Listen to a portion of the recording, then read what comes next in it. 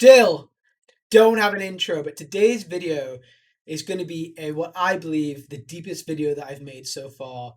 The kind of the most emotional to me video that I've made so far, the most personal video that I've made so far. I believe it's going to be a video which can change people's lives because what happened, which I'm going to show later on in this video, is this changed my life to some degree. I went from being a very, very negative person to being somebody who I believe right now is as positive as I've ever been. And then all this came down through facing my negativity, realizing my negativity, understanding that I am a negative person or I was a negative person, and then reaching out to some people who I'd kind of spread negative vibes towards previously. So, yeah, there's going to be a few small parts of the video. So first of all, I'm going to show a blog that I wrote around about 4 or 5 months ago, speaking about some negativity. I'll also put the link into the description too. But please, I just want to say Merry Christmas to everyone. Everyone who has been on the channel, I'm so, so thankful. The reason why I'm doing this video now is because we're going into a new year. We're going into 2021. 2020 has been a tough, tough year. It's been a year where it's been so tough to stay positive, a year where we've all gone through stuff, a year where we probably all know somebody who has suffered a lot from this terrible pandemic. I don't want to get into, conspiracy theories or whatever. It's been a tough year, full stop. No one can argue otherwise. So for you guys who are watching this, I hope that no matter how positive you are, I hope this can make you more of a positive person in 2021. And if this does make you more positive, then that's going to make you a happier person and hopefully a better person for 2021. So we're going to get straight into it right now. So what we can see here is going to be a part of a blog that I wrote on my Medium. On my Medium, is Medium even a thing anymore? I'm not too sure. Is it ever been a thing? I'm still not sure about that either. So the most important thing to me in this blog was titled "The 4 Underrated Ingredients to Success." So the number one, and by far the most crucial thing to me is removing negativity. So I'm not going to read out the whole thing because you can read for yourself and you don't need me to be a narrator. But essentially, what I'm saying here is if you are feeling negativity, you need to remove it. If there's someone next to you who's being negative, you need to remove it. If you're in a community where you're starting to feel negative vibes, you need to leave that community. It may not be the community's fault, it may be something inside to you which is personal. I was actually in a community recently until like 2 days ago today when I was making the video where I decided to leave that community. There were some things from my past with a lot of people in that community who'd either, potentially trapped me in some way, or there'd been some financial stuff, or there'd been some stuff where I believe these people hadn't acted proper, and I believe that I wasn't negative towards them anymore. I'd had negative vibes about them and to them in the previous parts of my career, and because I've been pushed back into a community of these people, I felt that there could be some negativity coming to me and starting to be more of a negative person because I was in that community. So what I did was I didn't ask these guys to leave. I didn't make a big drama out of it. I just left that negative vibe.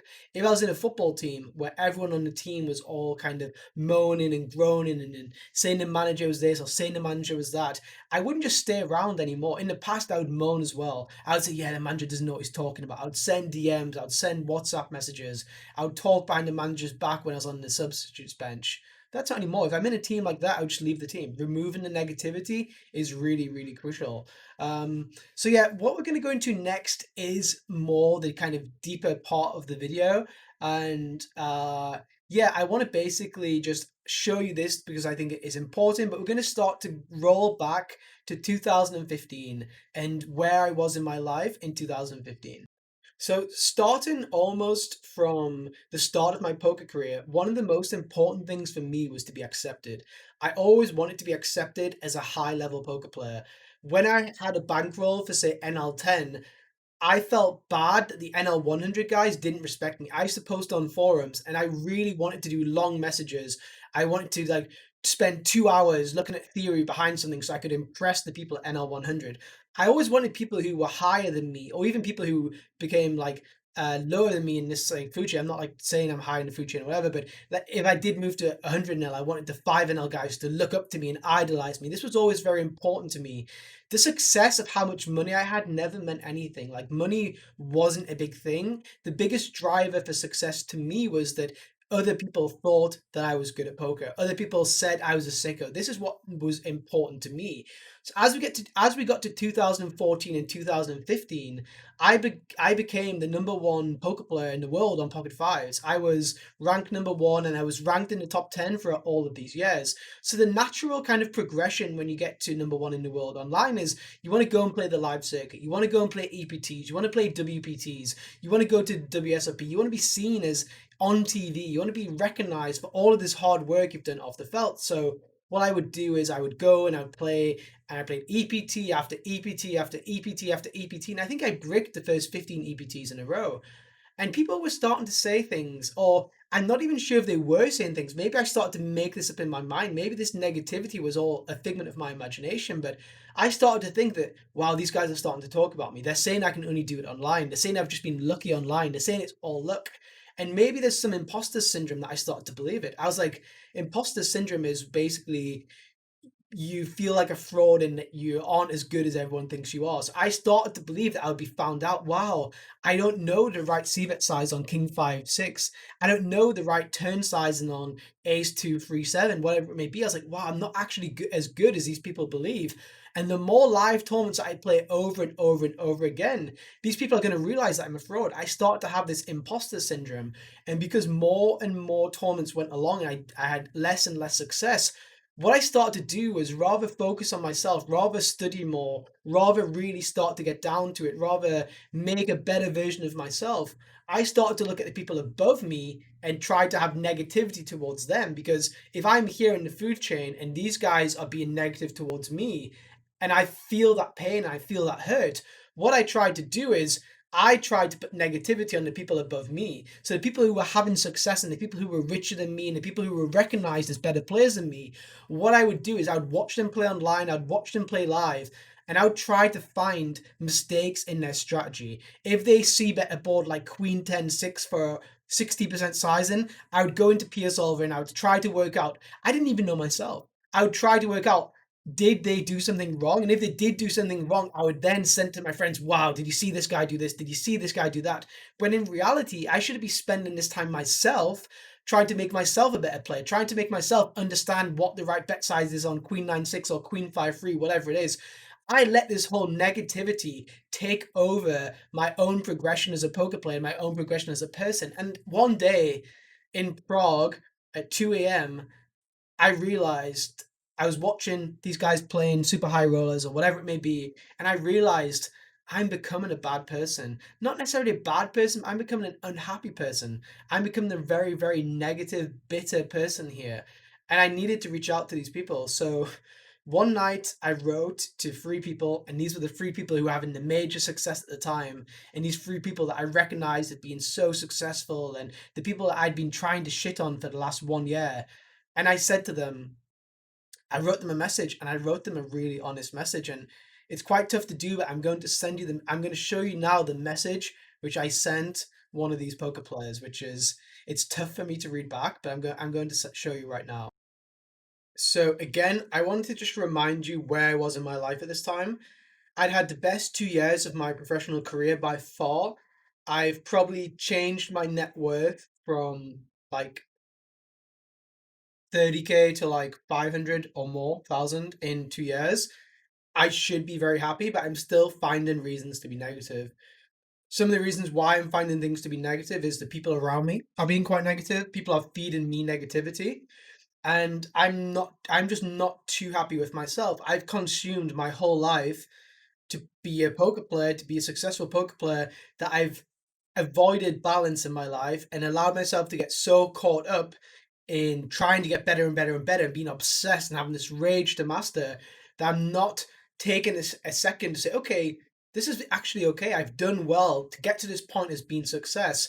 To me, there was never success. The only success was whatever was above me. If I'd gotten to there, that wouldn't be successful for me. I would want to have gotten to there. So If I ended up being, say, Jason Mercier, I would have wanted to be Phil Ivey. If I was Phil Ivey, I would have wanted to be Daniel Negreanu. If I was Daniel Negreanu, I'd want to be Dan Bilzerian. Whatever it may be, I would always find it a tough struggle, and I wouldn't be able to ever say to my family, to my friends, to myself, I've been successful. Well done, me. I had very little self love here. And I think it's a very good reminder to tell yourself that you need to always take a step back and look, how far have we come? Because if you don't do that, like I didn't do, you're going to start to become unhappy and going to start to become very negative. So I've spoken to this player offline since obviously he's a legend. I've asked him about doing the video, and the reason for doing the video is completely to help other people and show how this kind of message, which just really changed so much for me, and show that how you should approach things, how positive you can be, how good a piece of advice you can do. If someone's being negative towards you, like I was to him, how you can actually be positive and change people's lives. If someone's being negative to you, instead of replying back with negativity, perhaps just replying back with some positivity is going to change a lot of things. So yeah, I'm going to show you the message which I wrote to him initially, and then we're going to look at what he replied to me. So this is some quite deep stuff. So I hope it's not too much, and I hope I can keep it under control here. So the person in uh, we're speaking about here is Jason Kuhn. At the time, Jason Kuhn, I didn't know him. He had surpassed where I was, and he'd quit playing online, and he was playing in Macau and high rollers, and he was seen as just really successful kind of guy. So I didn't really know him too well. You can see this first message. I say, "Hey, are you in Prague? I'd like to chat with you for 5 to 10 minutes about something that's been on my mind." He says he's in Vegas. It's all good. And I'm like, "Yeah, I'll send you a message." Look at this. This was on, this I believe was in December. Jason wrote back to me a week later and he's like, "Hey man, you never got back to me. What do you want to talk about?" Like he reached back out to me, even though I was an absolutely nobody to him. He must get hundreds and hundreds of messages. Like I know I get a lot of DMs and private messages or whatever, and I try to respond to as much as possible. If you reply to a comment, I'm always going to try my best to reply, but if you tell me in my DMs, look, I'm going to write to you next week, I'm probably not going to chase you back and say, "Hey, you never wrote to me. Are you okay?" So Jason doing this first of all was like, wow. To me, it was like, wow, he's actually wrote to me. So I actually write him the message back a day later. You can see it's at 4:26 a.m. I've probably finished another online session. So I'm going to read out the message to you how I said it. I'm going to stop and start at some points and maybe speak about what I meant. So let's start it off. Here we go. "Hey, buddy, it's actually nothing huge. I tried to write you a couple of times, but it sounded so lame, so I stopped. It was basically me just thinking that I should apologize to you." Now, this is correct. Like, I wanted to tell him, but like, I didn't know how to say it. Like, "Hey, man, I've been bad mouthing you. Hey, man, I've been really negative about you. Hey, man, I think you're way too lucky. Hey, man, I really think you don't deserve the success you have. Hey, man, it's like anything which I started to write, it just didn't make sense, you know? Like, I don't know him. I don't know what he deserves. I don't know how lucky he's been. I don't see his all Navy graph. I don't know him in any way. I've never met him before. We play different. He's moved on from where I am. So yeah, I speak about my previous year. Last year, I think I was lacking a bit of maturity or perhaps self confidence. And I felt like I was giving bad energy off to you behind your back. This was only me to my close friends that you won't know, and definitely not bad mouthing you in public or something. But I think towards you, X and X, I had this small problem that I couldn't put my finger on what it was. So again, there was something irritating me about this guy, and I didn't know what it was.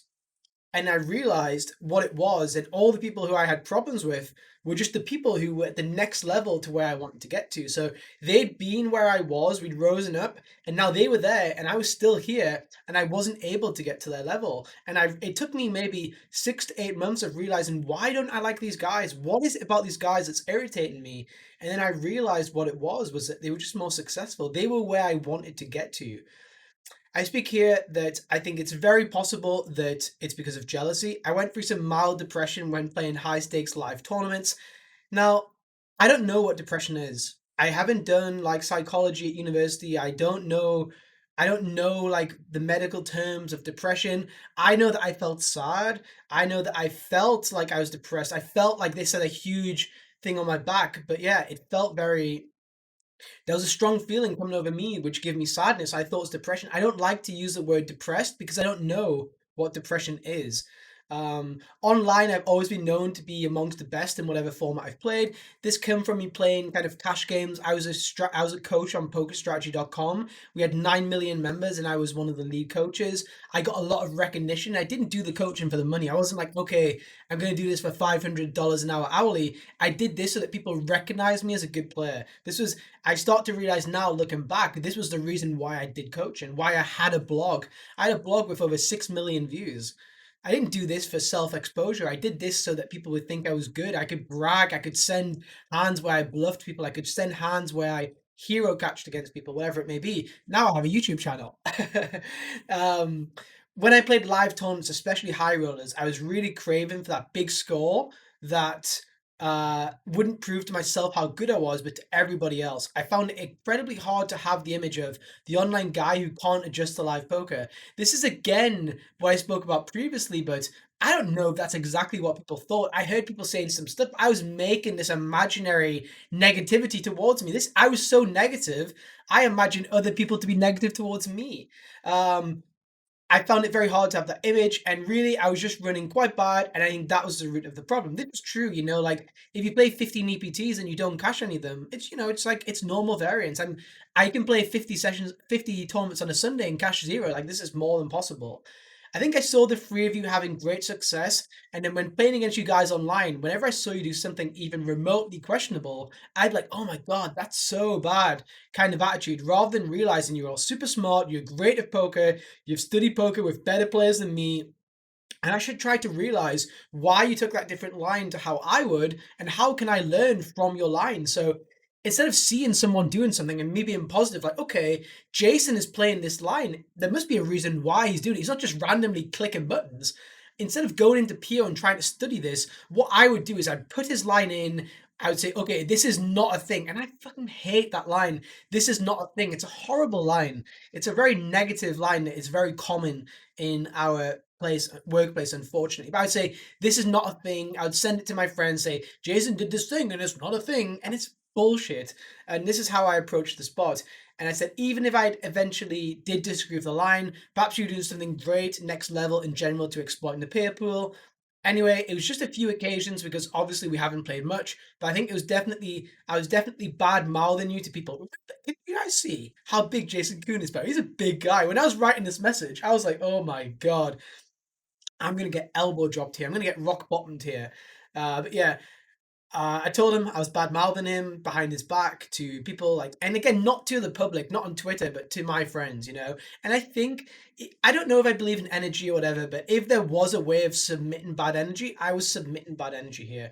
This probably sounds ridiculous to you, and you probably think I'm a giant douchebag, but I just kind of wanted to get it off my chest and tell you I have no problem with you, and only problem I had at that time was with myself. So I've had this realization that I'm being negative. I now know why, and I need to get it off my chest. I need to speak to someone about it. Like, especially young men, I feel like we find it very tough. I was a young man here, like, 24, whatever, with say $1 million or whatever. No therapist, no, like, you don't want to speak to your friends about this kind of thing. It's very hard to speak to other men about this because you're scared to come across as lame. You're scared to come across as like weak or whatever it may be. So like, I have all these feelings and these bad energy, but I don't want to tell anyone about it. I have no one to tell about it. You know what I mean?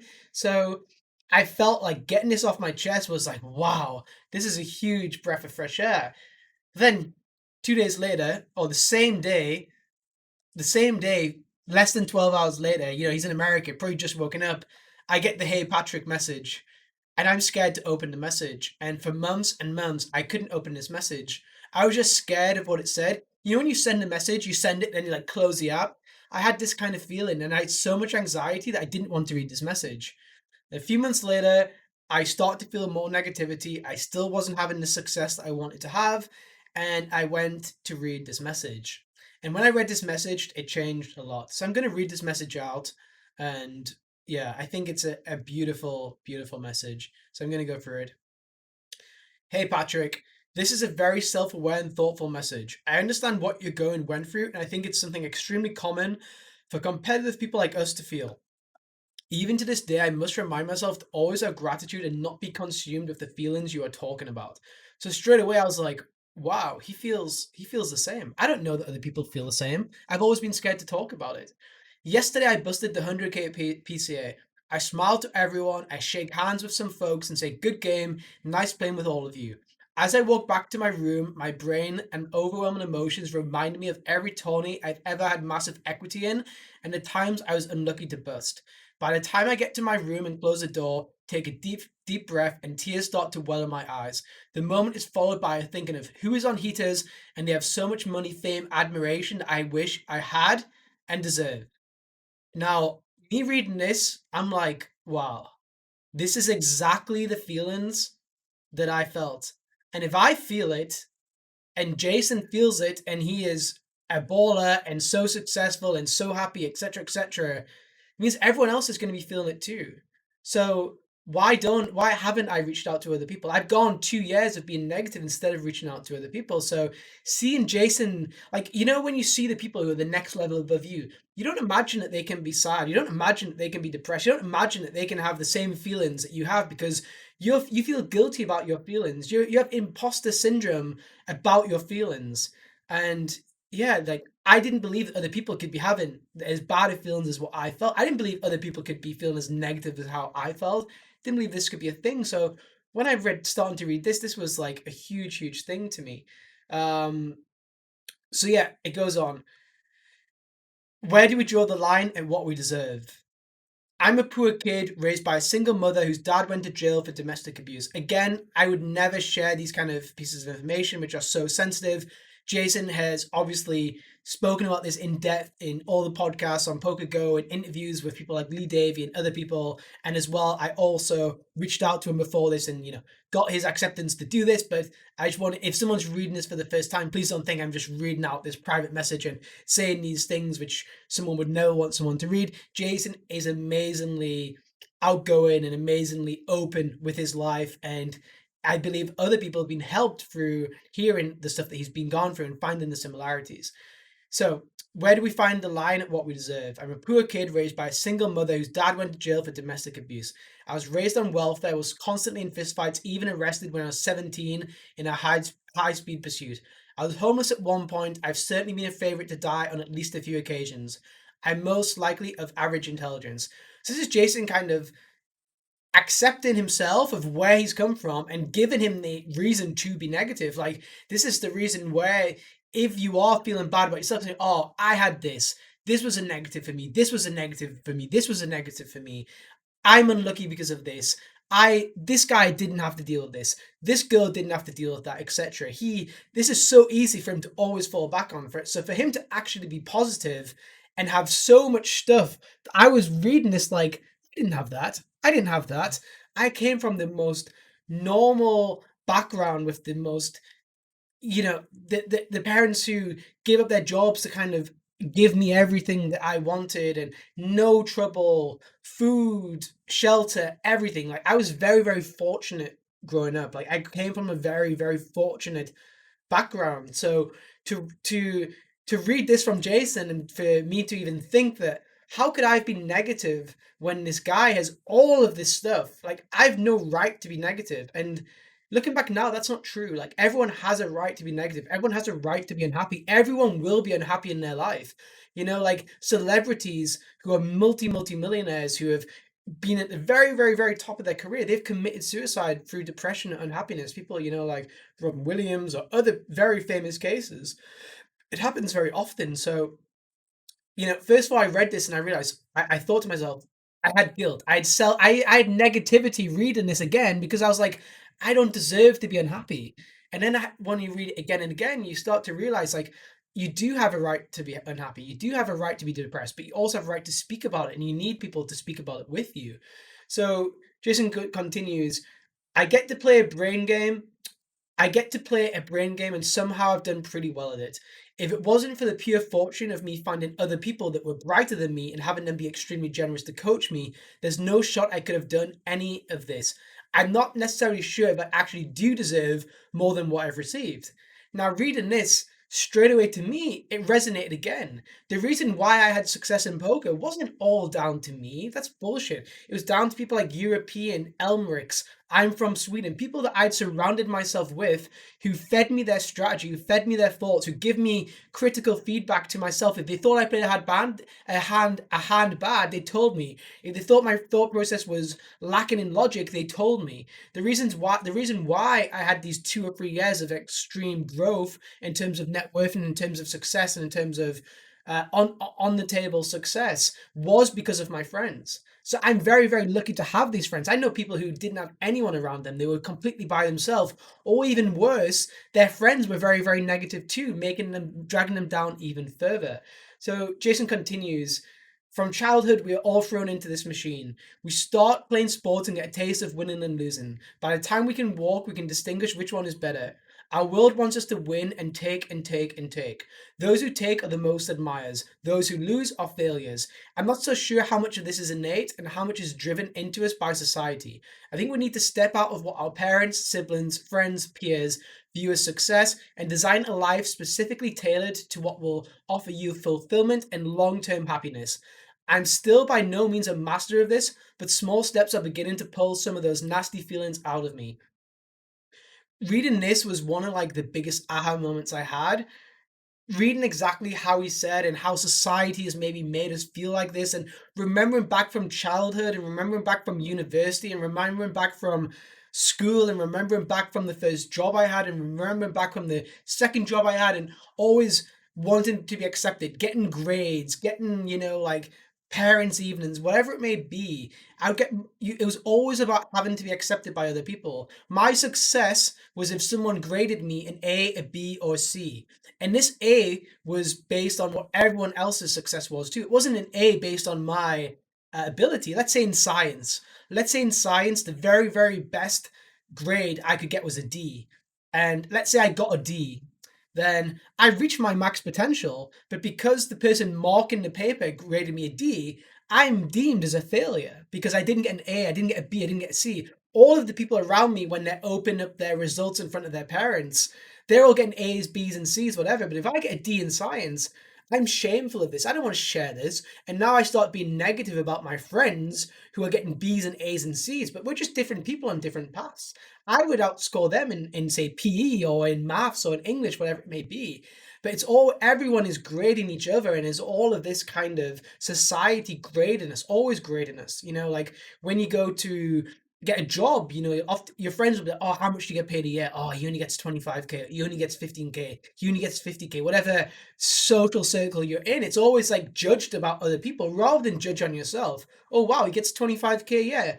Yeah, but that's his maximum that he can get based on his industry. So that's really good. He's gotten to the top of his industry like this. So I realized a lot from this message. He ended it with a really nice compliment. Again, I want to reinforce he has no reason to be nice. I've reached out to him, telling him I badmouthed him. And he says here, it's obvious you're a special person. You're exceptional at what you do, and you also have the humility and awareness needed to grow and have a happy life. I hope you continue to question yourself and the root of all your feelings. And to get a compliment, to get such a nice message back from somebody who knows that I've been so negative towards him, just shows the difference between myself and him at the time. And this basically made me remember, this is at the start of the year. This is basically, I wrote this initial message at I wrote this message from Prague basically at the very start of the year in 2016. And then I read this message back, I think it was in October of 2016. So reading this message back, I was like, that's the person I want to be. I want to be that person. And I went from, remember, I was here and I wanted to be Jason Kuhn and the other three guys. I wanted to be them in poker success. And I realized, no, I don't want to be this guy in terms of poker success. I want to be this guy of how I approach life. I want to be this guy of how positive I can be. I want to be this guy who, as take away as much negativity as he does. And it should be easier for me. I haven't had the struggles and the troubles that Jason has had to get to this situation. And some people may say, well, maybe these troubles actually helped him get there because he had to go through this and he's been through more struggles and ups and downs. Like maybe that's so. But if so, maybe I can learn from that too, and have this gratitude. So from 2016, I started building lots of gratification processes, and I do different things every day. And I don't want to go exactly into what I do each day to help myself. You know, I speak to my friends, and I spoke to Ape Styles about this not too long ago on Skype.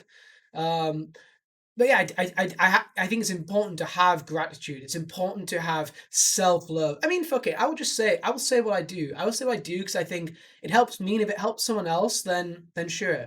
So basically, again, like if you want to be negative and think I'm cringy for saying this, leave a dislike on the video. I don't give a fuck. Like it's fine. Be negative. Think that I'm cringy. Send it in your WhatsApp chats. Like I know there's people in WhatsApp chats send shit. Like send the stuff. Like it's not gonna help you. This stuff is not gonna help you. I'm saying this, and if I can help one person next year, then that's fine. So my gratitude process in the day, and it is quite tough to speak about because it is so personal. Is that when I wake up, I do my stuff, and before I play poker, usually a couple hours before, I switch everything off. I switch recording, I switch Sims, I switch everything off, and I speak to somebody that I'm grateful for, someone who I haven't spoken to maybe in a month or 2 months, someone who's done maybe something for me in the past that I actually do think about quite often, and tell them, I just want to say thanks when you did that thing because it's really helped me in this X, Y, and Z, and you didn't need to do it, and it's been really good. And that really starts the day off with me thinking of not about myself of where I deserve to be, where whatever, but it shows me basically that other people have done stuff to help me to get to here. Like when Jason speaks here um about where people have helped him and given him their help. People have also helped me in ways where they didn't need to do it. Maybe they sent me a report, an Excel sheet. Maybe they sent me a tool to help me with pre-flop ranges. Maybe they drove me to a train station when it was raining. Who knows what it is? I say thanks. I think it's important to have that gratitude. It's important to start the day positive, not negative. As the day goes on and I start to play my session, I start to say thank you to myself.